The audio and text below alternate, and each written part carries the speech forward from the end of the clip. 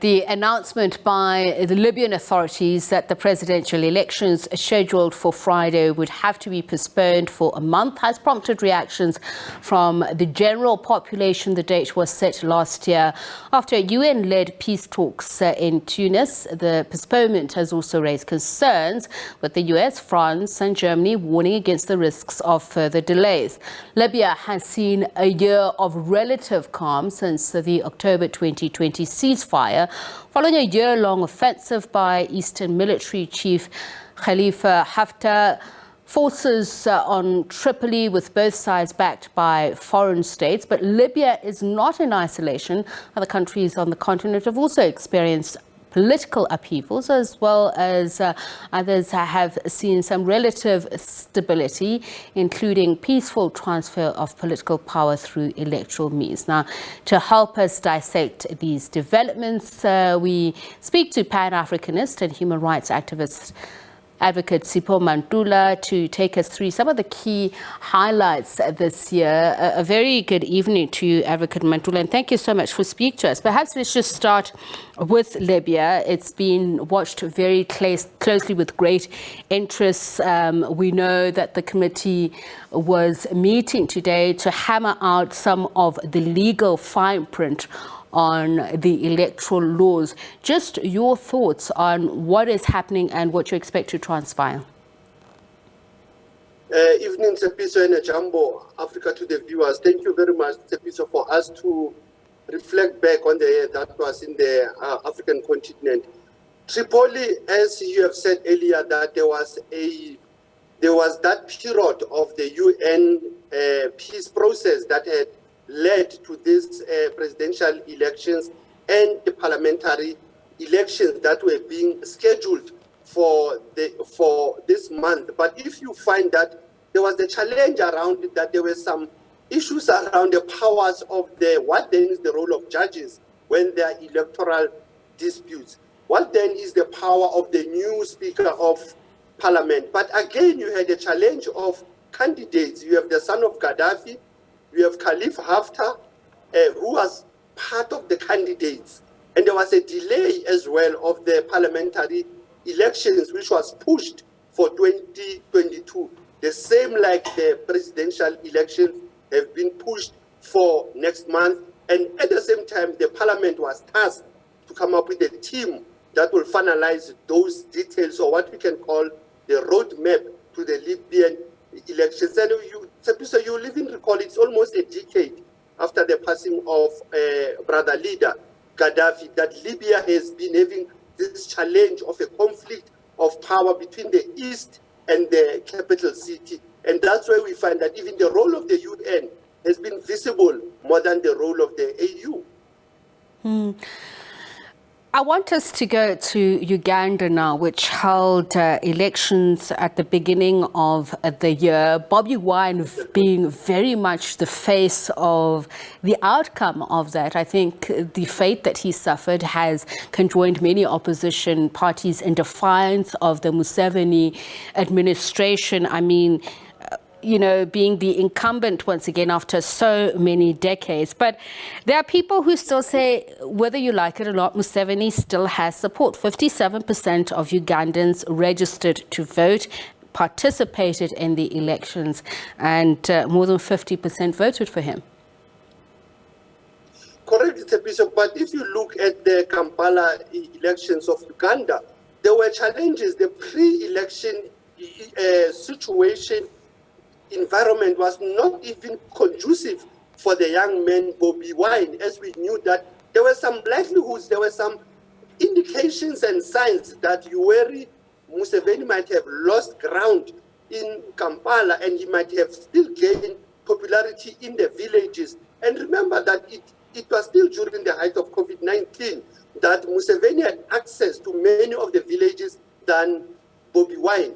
And even the AU and the UN, when they were dealing with the post-election analysis, there were still issues but opposition was not given a clear playing ground. I mean, a level playing ground to can engage with the senior heads of state Museveni. As you have said, he has been into power since 1986.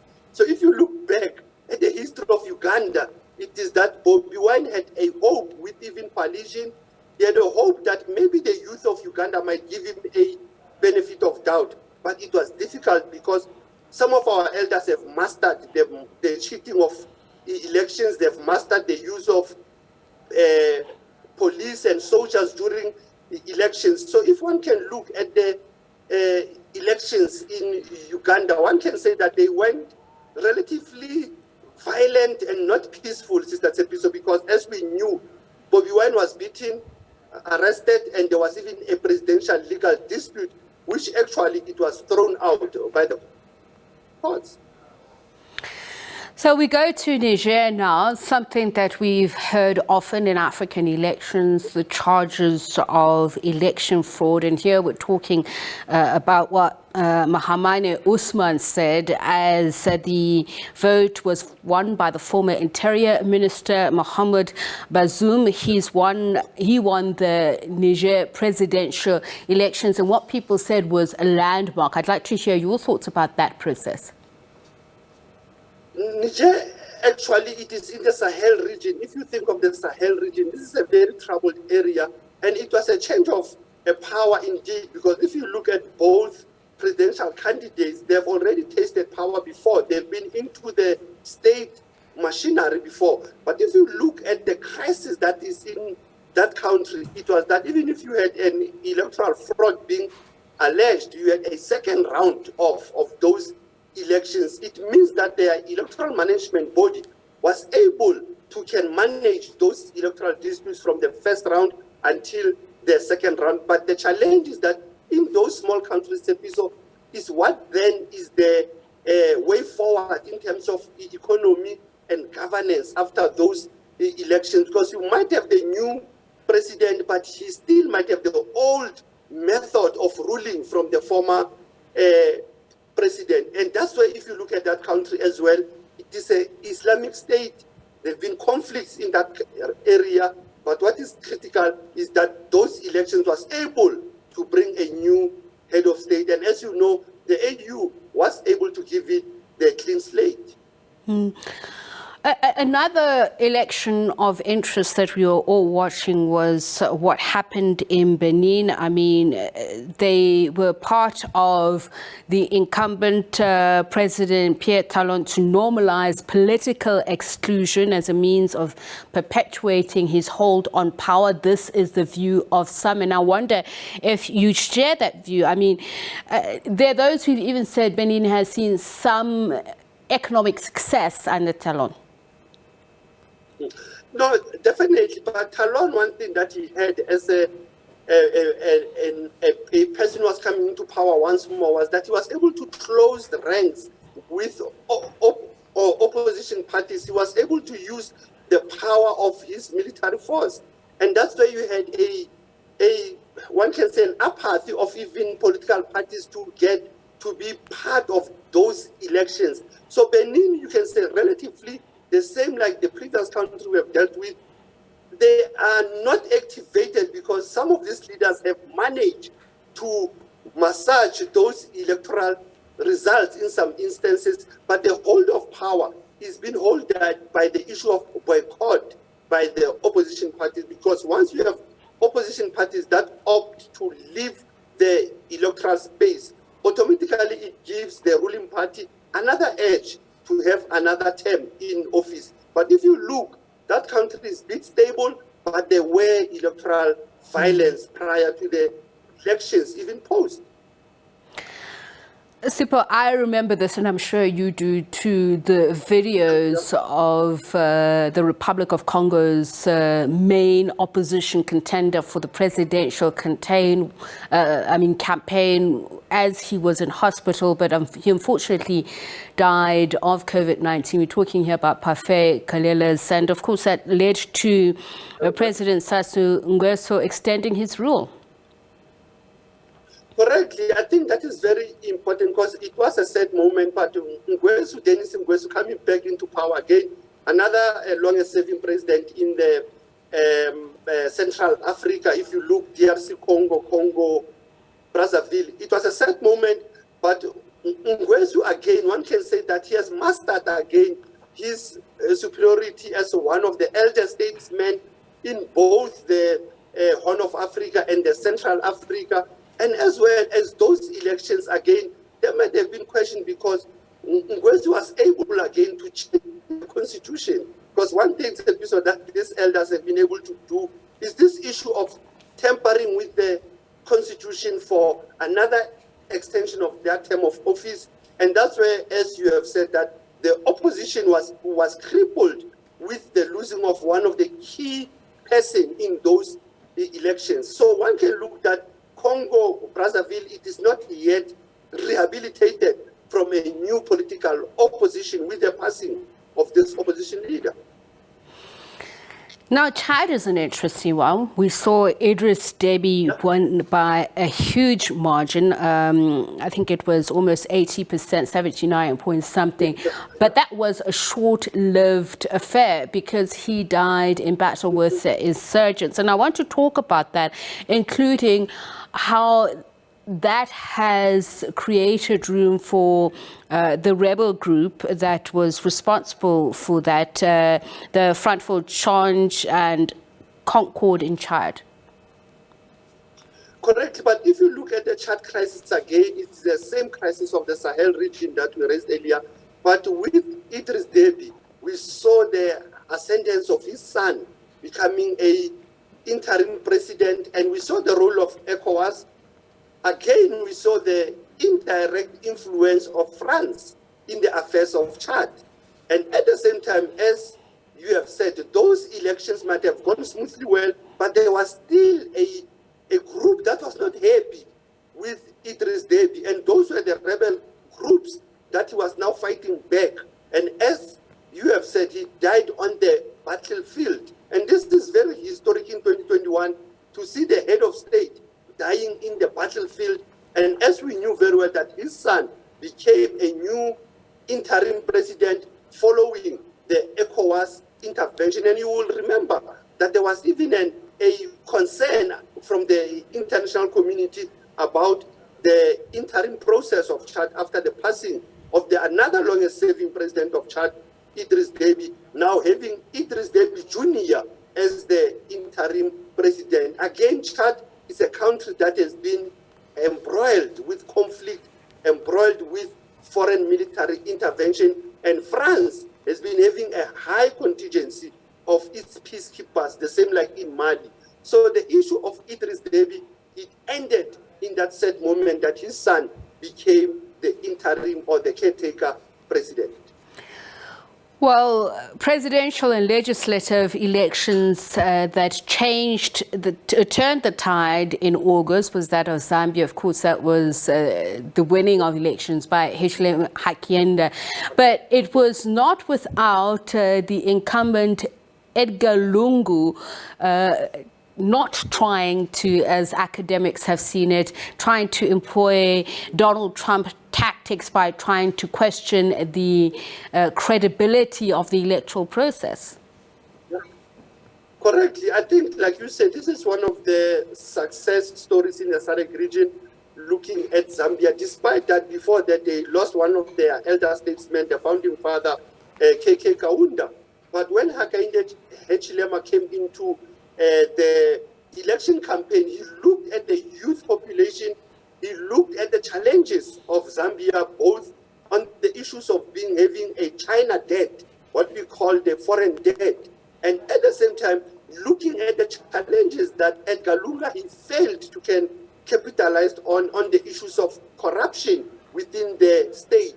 Hence, when Hakainde Hichilema ascended to power, he was able to galvanize even the support of SADC. He was able to galvanize the support of Zambia when he was visiting South Africa during the inter-Africa trade. So one can look at that Hakainde Hichilema comes into power as an opposition who has been yearning for this seat for many years. So remember that he has been trying to become a presidential candidate and or opposition. And at the same time, he's got the business acumen skills. He's got a knowledge of what is needed in Zambia, and he was able to even deal with a bloated cabinet that Edgar Lungu was having earlier. So one can say that Zambia under Hakainde Hichilema there might be a bright future, but there are still challenges facing Zambia. So an election we've just seen recently that was also closely watched was that of the Gambia. What's with much interest because the incumbent, who's now the president, President Adama Barrow, had said that he would not run for second term as he was the interim president. He's won now, but now rights activists are saying he's got to bear the responsibility of the promises that he's made, and that is to not only end human rights abuses, but ensure that victims get justice and reparations. Correct, Tsepiso, and I was happy that in your earlier insert on the bulletins, you were reporting on the TRC process of the Gambia Banjul. But look at Adam Barrow and Daboa. This is one country that has come out with a presidential election dispute so far, because the opposition or the members who were like your Kande, Daboa, were already alleging that there was an election irregularity so far. But when you look at Adam Barrow's promise, as you have said earlier, he did turn around and say, no, I still want to go for the second term. But he was able to capitalize on some of his opposition candidates' manifestos. Like he looked at the issue of youth unemployment, he looked at the issue of health.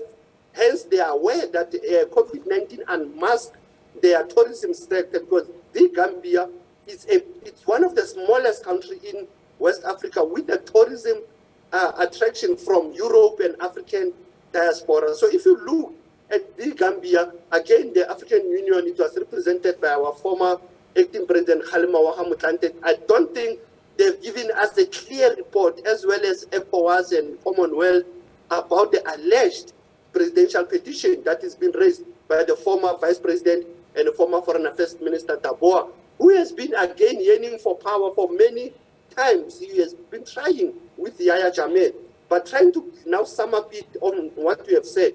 The TRC report has come out on Friday, and it appears that they will struggle with the extradition of Yahya Jammeh in Equatorial Guinea. Remember that Yahya Jammeh is currently in Equatorial Guinea, and that will give them a challenge to get that extradition for him to come and face those alleged charges that he has been charged with.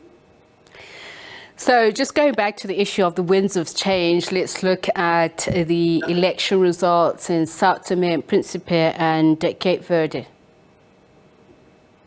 You know, when you look at Sao Tome and Cape Verde, very small countries, that the media hardly report about them. But again, you had a new presidential candidate, and for the first time, you had a former president Fonseca saying that he's now stepping down. He's not going for another term.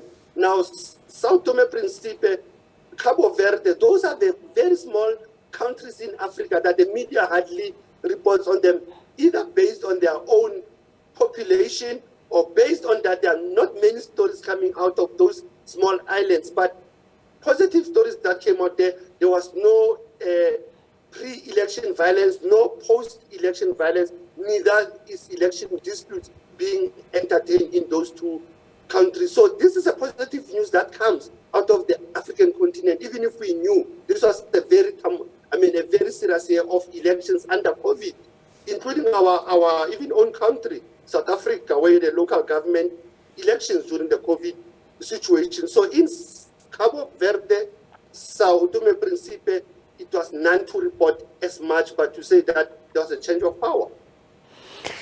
So we also say elections in Djibouti, another African leader or strongman, and some would call him, extending his rule 20 decades. We saw President Omar Gele extending his term to a fifth. They say Djibouti remains relatively stable in a volatile region, but you have a population of which 20% still live below the breadline, so it has its own challenges.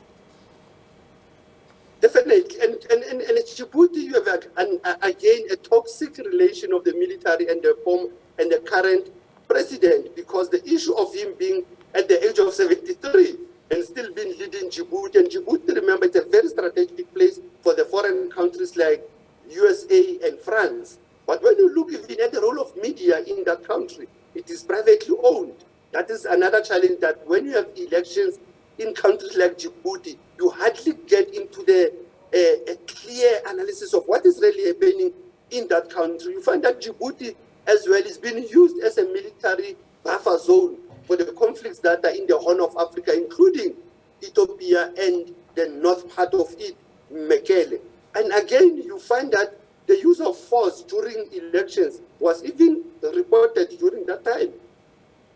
I did mention the role of media, but beyond the role of media, Djibouti finds itself even in the press freedom index being at a high level, meaning there is no freedom of media, and it is difficult even to navigate and get stories in Djibouti, even if one wants to analyze Djibouti on a consistent basis. So one can look at that the current President Guela was able to go for the third term, and that third term, they are able to again, Sister Sepiso, like I have said earlier, they are able to amend their constitution and said that the third term is still the second term. And that has been the problem in the African continent for almost a decade. And the AU has been sleeping on that charter to bring the charter of how do we determine the presidential term limits. Speaking of the AU, I mean, Sipho, you and I recall when the AU committed to silencing the guns. But since 2010, as you've observed, there has been a steady decline of democracy and a greater occurrence of coups in Africa. Perhaps let's just start with Guinea. You know, when you think of Guinea Conakry, of Alpha Conde, again, there were signs about Alpha Conde not working closely with his military generals, and at the same time, increasing their salary in the parliament. And when you think of Mamadou coming into power as one of his generals, one of his special force person, the issue of military coups, again, you know, it was Mali, it was Guinea Conakry, and all those forces, they've been coming into power because of the issue of this long-term and these leaders who don't listen to their own population. But you look at Guinea Conakry, it was handled by ECOWAS, similarly to Mali. But both Guinea Conakry, it is said in the sense that Guinea Conakry is one of the countries, when you look economically, there are foreign countries who are still having access to their natural resources. I've said it several times, Sister Sepiso, that the conflict in Guinea Conakry might be the removal of Professor Alpha Conde, but there is still a natural resources that China and France have an interest in Guinea Conakry. So some of these military coups have tended to become the issue of a popular support that comes from the community not being happy with the leader. Because Alpha Conde was not a longest-serving president, but actually he was one of those who people trusted he will bring change, but actually he did not bring change. And that's why there was a military insurrection from the barracks, and they even took him out of power until ECOWAS came with a roadmap that has pushed Guinea for 2022. And it seems that Guinea Conakry is either towing the line or they are still struggling to get into their charter. Because remember, they came up with their charter to say, we will definitely have the prime minister coming from civilian component, because that has been the problem, Sister Sepiso, that the military coups in the African continent have a problem that when you have to fill the gap, like Sudan case study, you have a problem that who can be the civilian trusted person, because the military have got appetite for power, but they are not able to govern, because they want to deal with economic issues, which I've said, Guinea Conakry, it serves as one of the countries that has got minerals that are valuable to the globe.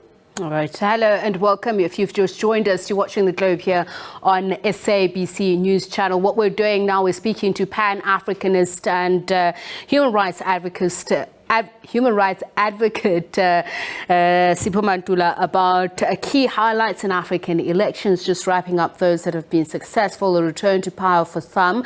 We're talking also about military coups this year. So, Sipho, just back to the issue of the military strong-arming themselves either within a vacuum, creating a vacuum, or perhaps and I'm going to learn from the experience of Mali, which you've just raised. And I want to perhaps tie it with what we saw with the Sudan, where there was interim leadership, where the military was there that promised a handover of civilian power, but that didn't happen. Correct, and I think it is important for us to look at these three countries, but Mali, again, as Tim Goyit, having not been here, because one can call Mali as a second moment of madness of a coup coming from the military after they dealt with Abu Bakr Keïta. And when you look at Mali, Mali again, very strategic in terms of your heritage sites, in terms of the natural resources, and at the same time, they are having a stress of a conflict since 2013. Again, you have the foreign military interest of France and Russia in Mali. Now, ECOWAS, again, it has given Mali that ultimatum to say, come 2022, deal with your issues of your electoral calendar. The Sudan crisis, again, is the issue of the civilian and General Burhan and Hamdok. Abdallah Hamdok comes from what so can say a UN human rights system, and at the same time, an economic visionary. But Burhan and others, they are still the remnant of General Omar al-Bashir. So they are still hanging into power on what happened last year when there was riots in Khartoum. Now, Abdallah Hamdok has been trying to cleanse and clean the governance of Sudan. He was able to remove Sudan from the terrorist list. The same like Mali, it was being given sanctions by the AU, ECOWAS, the same like Guinea-Conakry, because there are consequences whenever you have military coups. Hence, we saw from Sudan, the international community withdrew the financial support. We saw the AU removing Sudan from the AU membership decision table. We saw how Guinea-Conakry was threatened by the AU as well as ECOWAS, because that violates the Constitutive Act of the African Union that talks about Africa will no longer tolerate any coups or the removal of governments that have been elected legitimately. And that's why, Sister Tsepiso, we're having the problem of what I have said earlier, the military appetite of power, and there is no military and civilian relation, and as well as development and governance. And of course, that all comes from conflict, armed conflicts and diplomatic rows. And I want to look at the Great Lakes region. Particularly, I want to start in the DRC. We've seen conflict escalate in North Kivu. We saw the killing of Ambassador Luca and Atanasio of Italy, along with his bodyguard and driver. But that also ties in what we've seen recently, and that is the cooperation between the DRC and Uganda in trying to fight rebels in the DRC, but raising the heckles of Rwanda at the same time. No, correctly. In fact, when you talk about Uganda, I was thinking that we might have missed Rwanda, because these three countries have been embroiled in terms of the International Great Lakes Conference, what we call. This is a group that has been focusing on the armed rebel groups. DRC, as a chairperson of the AU, you said earlier silencing of guns. But you find that the DRC have been having continuous active rebel groups in that area.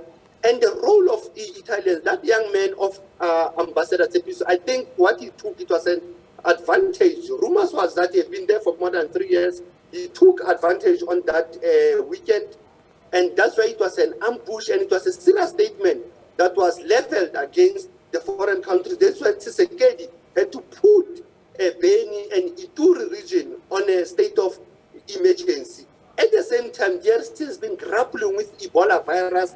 DRC has been grappling with the illegal mining rights of foreign countries like the Chinese have got unceasing, have more rights and more years to own the mineral rights. But when you look at the conflict in the what you call the belt of the DRC, Rwanda, Uganda, it's something that again is being pushed by the presence of natural resources, and at the same time, the issues of Uganda rebel groups that have been active. Remember, Uganda as well was facing terrorist armed groups just last month. So you can look at how Rwanda, Uganda has been having challenges.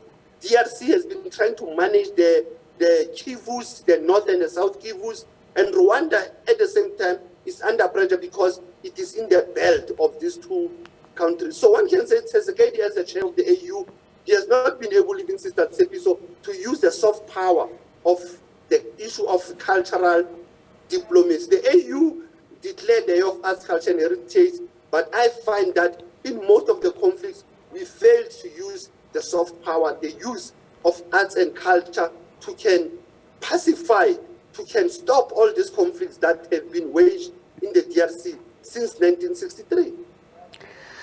And you spoke, Sipho, earlier on about the Sahel region, and I suppose some of the things are interconnected and we will see them in different subcategories. Another important election that took place mid-year was that of Ethiopia, Prime Minister Abiy Ahmed winning another term in power, but that was not without an insecurity situation which saw some regions not being able to vote. But that also has a lot to do with what continues to happen now, of which has become an international issue, the conflict with the Tigray People's Liberation Front. That obviously has the potential, in fact, it has spilled over to other countries bordering at the Horn of Africa, the Sahel region. So talk to us in general. I think this is a very important element you are raising. Remember that the elections in Ethiopia were being postponed since last year due to the COVID-19, and this being the capital city of the AU. The crisis in the northern part, in Tigray region, in the Mekelle region, have started last year, November. And this is a crisis that was internal. It was more of a law enforcement operation. But what it has come is that TPLF has been very resistance of the new thinking that Abiy Ahmed wanted to bring. And as you have rightly said, August 2021, there was elections in Ethiopia, but certain countries were not conducive to hold those elections. The crisis in Ethiopia, again, beyond the ethnic tribalism that TPLF has been pursuing, it is again the crisis of how the international community have taken sides already in this conflict, by pursuing issues of humanitarian aid as a weapon of war, the disinformation, the misinformation, and at the same time not understanding that Ethiopia, even during the time of Meles Zenawi, we're still struggling with this ethnic tribalism.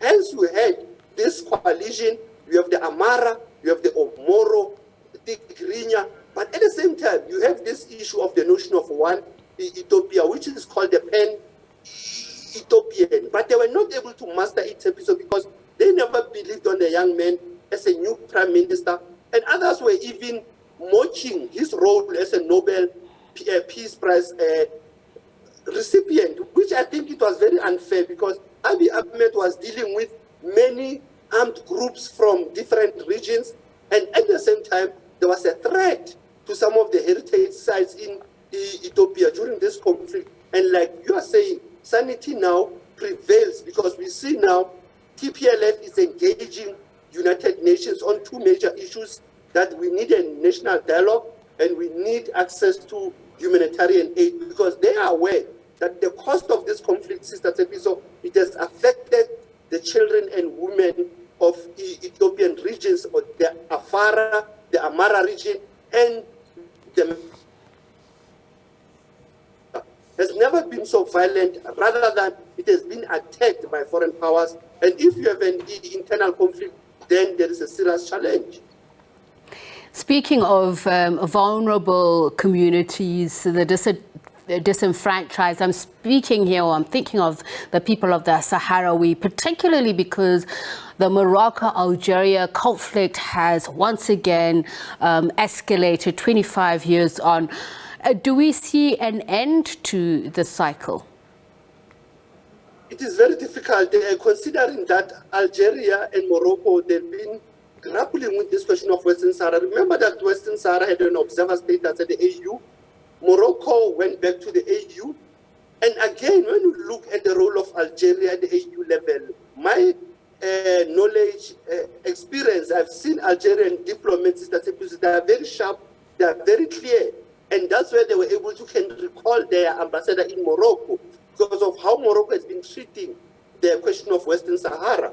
And there are many issues that in the Arab League states, they are hiding from us in the Southern Hemisphere. That is hardly you can understand what really is the bone of contention in the Arab League states or in the northern part of Africa. Tunisia has even having a problem with the parliament there.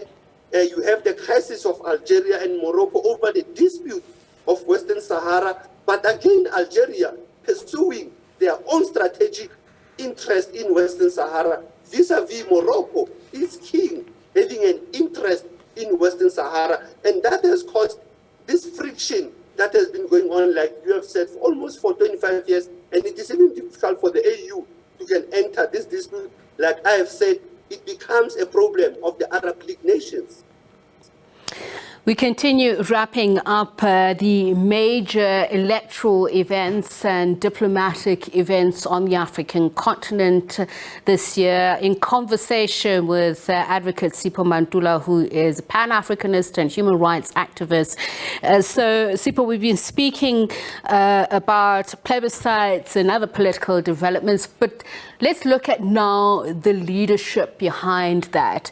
You mentioned earlier on the passing of the father of many nations, one of the founders of the OAU, Dr. Kenneth Kaunda, fondly known as KK. Let's talk about his death, his legacy, and what he leaves behind in terms of what he's built for the African continent.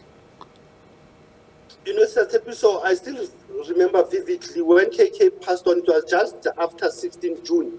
And you will remember that he became the epitome of the SADC frontline state. He became the embodiment of the OAU Liberation Committee. He was that person who was able to manage the crisis in Zimbabwe in 2017. Remember that KK was the only one who was able to talk to the late Uncle Bob. When you look again, KK, his role in the liberation of South Africa, it was very critical.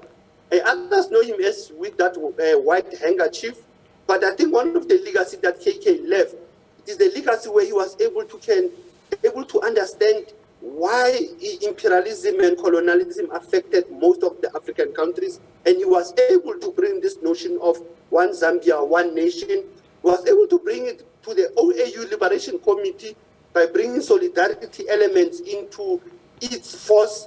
And again, I think KK, what is interesting is that he was so active. He was a musician. Remember that famous picture of him sitting next to Miriam Wahamakeba? And that shows you KK as an artist, KK as a head of state, as a peacemaker. When I look at the DRC crisis, the DRC conflict, people like KK Kaunda were very instrumental in that crisis. And I've mentioned the last one, which was his intervention with Uncle Bob. But so until today, we still don't have the notes of what did he tell Uncle Bob when he had to resign on that day. I'm sure we'll find out soon enough. The annals of history will be opened up to us, hopefully, Sipho. But I want to reflect on one of Africa's most prominent coronavirus skeptics, and that is John Magufuli. He died at the age of 61. Rumors circulated about his death, but nothing was confirmed about whether or not the very thing that he was so unafraid of actually claimed his life. You know, I remember vividly, I have this session with Sakina in Morning Life about John Pombe Magufuli, similar to KK Kaunda. I don't think viewers, they knew that he was a drummer. He used to love music, and playing drums. Beyond the steaming Tsepiso and being an anti-coronavirus critic, I think one thing that we fail to understand about President John Pombe Magufuli, it was that when he came into power, he was able to deal with corruption, was able to deal with many things in Tanzania. Despite that, what we had lacked, which I know very well because I've been doing COVID-19 updates, it was the missing of the lack of data of how many people were being infected by COVID-19. I think that's where we can charge him for misinformation, not for disinformation, for misinformation. But John Pombe Magufuli was able to challenge this notion of lockdown when actually there were no cases. So for me, I look at cases like Lesotho, Comoros. There were no cases of COVID-19, Botswana. But countries closed their own spaces, and that affected the economy. And we saw that Tanzania was not affected by COVID-19 in terms of its economic growth. And that's why, if you look at his legacy, was that Samia Suluhu, as a acting president, was able to take from the ruling party Chama to be the one who takes over as a vice president constitutionally. So that's why, if you look at Tanzanian character of John Pombe Magufuli, others might have said he had the spirit of Julius Nyerere, where he was able to challenge the Western notion of how do you deal with pandemic and at the same time eradicate poverty. And I think that's where, Sister Tsepiso, we cannot underrate the role that John Pombe Magufuli has played, because others, they will say silence fit when the bad man has died, but I don't think silence fit for us now, not to mention the good things that John Pombe Magufuli he has done for his country, Tanzania, despite the issues of the media freedom, the issues that people were saying about Tanzania. And by then, Tanzania was the chair of the SADC. Remember when he passed, he was handing over the baton of SADC. So that's how sad it was for Tanzania to lose the son of the fertile soil. So, Sipho, it's then very interesting for you to take that train of thought and transfer it to this next person. We're talking here about F.W. de Klerk, South Africa's last apartheid-era president, Nobel Peace Prize laureate, alongside Archbishop Desmond Tutu, whom we say rest in peace and power, and Madiba. It's been a very ambivalent memory for South Africans in terms of placing him in history, his work, the good, the bad, and the ugly. Correct, I think there were mixed emotions after the passing of the former apartheid president, F.W. de Klerk, and the notion of showing that video towards the last end. And when we know very well that F.W. de Klerk denied for several times about the role of the apartheid government and the role of, as you have said, that both of them is like they're closing that curtain where you had the TRC former chairperson who was dealing with the apartheid government, the same former president interdicting that report. And when you look at Bishop Tutu, for me, when I look at his legacy, so I've looked at how African countries have revered and have passed their messages of condolences to this country, to his family, compared to the former apartheid president, because the apartheid president, I can say silence fit, because he had many mischief and misdemeanors that he has committed in this country. And others might have said he was the curtain, he was the key for the Codesa 1, Codesa 2, Kempton Park talks. Sepiso will said it was the pressure that came from the liberation movements. It was the pressure that came from the mass democratic movements. It was the pressure that was coming from a liberation theologians like Alan Busak, Tutu, Muhoba, and many more who were fighting the apartheid injustice. So sometimes when you have to think of apartheid architects, when they have passed on, it is said that we have forgotten our great leaders who have passed on, and even the mixed emotions that we see about about the Red Tutu and the TRC processes. They leave a lot of what he has done in the early 80s, in the early 70s, having learned under Sobukwe as well, Bishop Tutu. So, Sipho, I actually want you to delve into that, because I don't know if you were able to see, we spoke to Chidi Achebe, the son of Chinua Achebe, on the legacy of the Archbishop Tutu, and of course he was sharing some experiences and encounters about him. One of the very poignant things he said was that, people have a right to have their own opinion, but at the end of the day, these leaders are human beings, they make mistakes, and that does not take away the great works that they've done. Share with us, for you, why the Archbishop stands out not only as a man of the cloth, but as a human being and a political leader. For me, there are two levels. Coming from Komatlosane from Klerk to Mansonville, being an alumni of UNISA, it says as a teacher, as a preacher, he was a human rights defender for me. I saw him as a pillar of a human rights defender globally. He was able to tackle the Dalai Lama issue, was able to tackle the issues of the wealth tax of the TRC that we failed to deal with from the apartheid architects who never wanted to pay the price. And I think that's why when we look at his liberation theology, it was his BC conception as well, being a black consciousness thinker, as a theologian, as a human rights defender. And at the same time, he was not the TRC, because the TRC had a technical team, had a legal team, the amnesty committee. There were many committees. He was just the driver of that process of the Truth and Reconciliation Commission.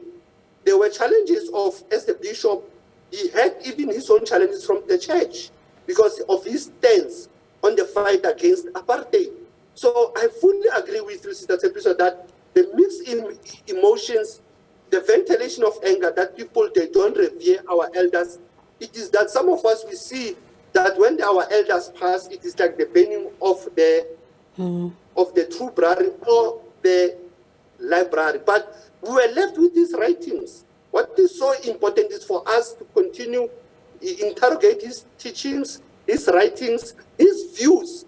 For me, beyond the Nobel Peace Prize Award of 1984, I was impressed when the Sudanese Mo Ibrahim gave him an award.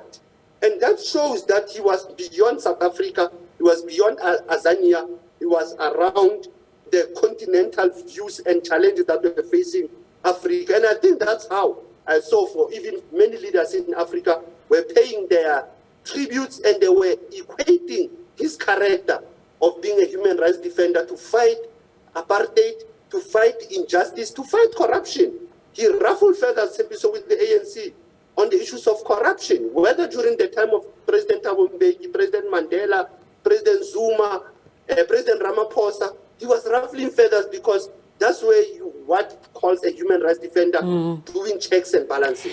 Sipho, I must say, just as a quick aside, the memories that I have, Bakamakwitla had a house there on Vilagazi Street, and the arch lived there at the corner, as many people would know. And the memories I have, the once or twice that I saw the arch, he was very paternal, as you say, very compassionate, but hey, Natlaho Omanya, he would really shout at us kids if we were playing too close to the garden, or it really is with sadness, and I'm sure a lot of people who grew up around him would remember him. So let's continue with those leaders that we've lost in the diaspora. We're looking at President Jovenel Moïse of Haiti. Talk to us about his assassination and the impact that it's had on Haiti. And I mean, when one looks at the complete insecurity, how Haiti has been overrun by gangs, it is quite sad and shocking that people have to live under those circumstances. No, correctly. I think I had a session with Brother Peter on this one, Ndoro, on the passing of Juvenal, because it was a political assassination orchestrated from foreign countries. And it happened in a sense that this was one of the young persons who was trying to change the image of Haiti. Haiti has faced many military coups since its independence 200 years ago. You will remember even when President Aristide was here, he used to talk about the gangsters in Haiti, not only gangsters of being criminals, but political gangsters as well in the parliament. And at the same time, the gangsters that were colluding with the foreign powers of assassinating juvenile. And remember, even her wife was one of the person who was one of the casualties in this assassination. So it was not just assassination of the president, but it was the assassination of the constitutional elected leader, and as well as a threat to life, to his family. Because if you look into his killings, into this assassination plot, it was seen that even his security personnel was removed on that night. And at the same time, there were rumors that you had an interest of foreign powers on the crisis of Haiti. Because remember, Haiti has been plagued with different hurricanes. They've been having challenges of corruption. But this was one of the young president who was having a future of what can he do in Haiti, but he was met with this brutal death. So finally, we end with the death of one of Africa's iconic leaders. That is the death of Thomas Sankara, the ongoing investigations and criminal legal processes that we've seen, that we've undergone this past year. What I found quite intriguing and shocking, of course, was the revelations that have come through that it's his most trusted compadres who were complicit in luring him to his death. Correct, and I think that is proper because we are marking almost 30 years since the passing of Sankara on the 15th of October 1987. But this inquest has been long-standing in the sense that there have been, one can say, bits and pieces of information. Remember, France had a military dossier, and remember that Blaise Compaoré is still in exile in Ivory Coast, and that has delayed this trial. But this trial of Sankara, it is to show that Sankara is not dead. It means that that spirit of Sankara still lives within his family. It still lives within the African continent. Even if we know Ouagadougou, even now, it is still not stable because there were some protests just lately. But if we go to the trial of Sankara, it was indeed a historic moment of us looking at what really happened on the day of the 15th of October, 1987. And it appears that this month as well, that episode, the 18th of this month, it was the birth of Sankara. Actually, the 23rd of this month, Sankara will have been 72. So when you look at the legacy of Sankara, it is again revisiting African soil in the sense that even if you had a military involvement of the French, it will appear on this military tribunal. This military tribunal, it is trying more than 15 people, who were there. It is trying even the former heads of states, like I said, your Blaise Compaoré, who has still been charged with what happened in 2015. Gilbert Ouahadine, the former intelligence head. But you are getting people who are trying to deny, but you have only one survivor who was there when Sankara was killed. And he knows very well that who were the people who killed the son of the soil. And this case of Sankara, it is a learning curve that justice delayed cannot be justice denied. There might have been some challenges, but we'll still find the truth of who really killed Thomas Sankara. And I think it is amongst the youth of today who must understand the legacy of Sankara, that he was anti-imperialism. He dealt with the question of the foreign debt. He was on women empowerment.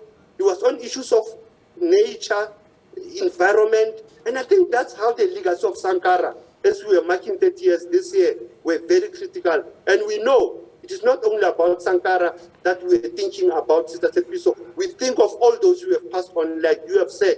There were great leaders who have passed on, but there were ordinary people who suffered under COVID-19. All right, thank you so much for that. And of course, we know Thomas Sankara renamed the country to Burkina Faso, meaning land of honest men. Thank you so much, Sipho Mantula, Advocate Sipho Mantula, Pan-Africanist and human rights activist, giving us an hour of a very informative and, of course, insightful look at the political processes that Africa has undergone this year.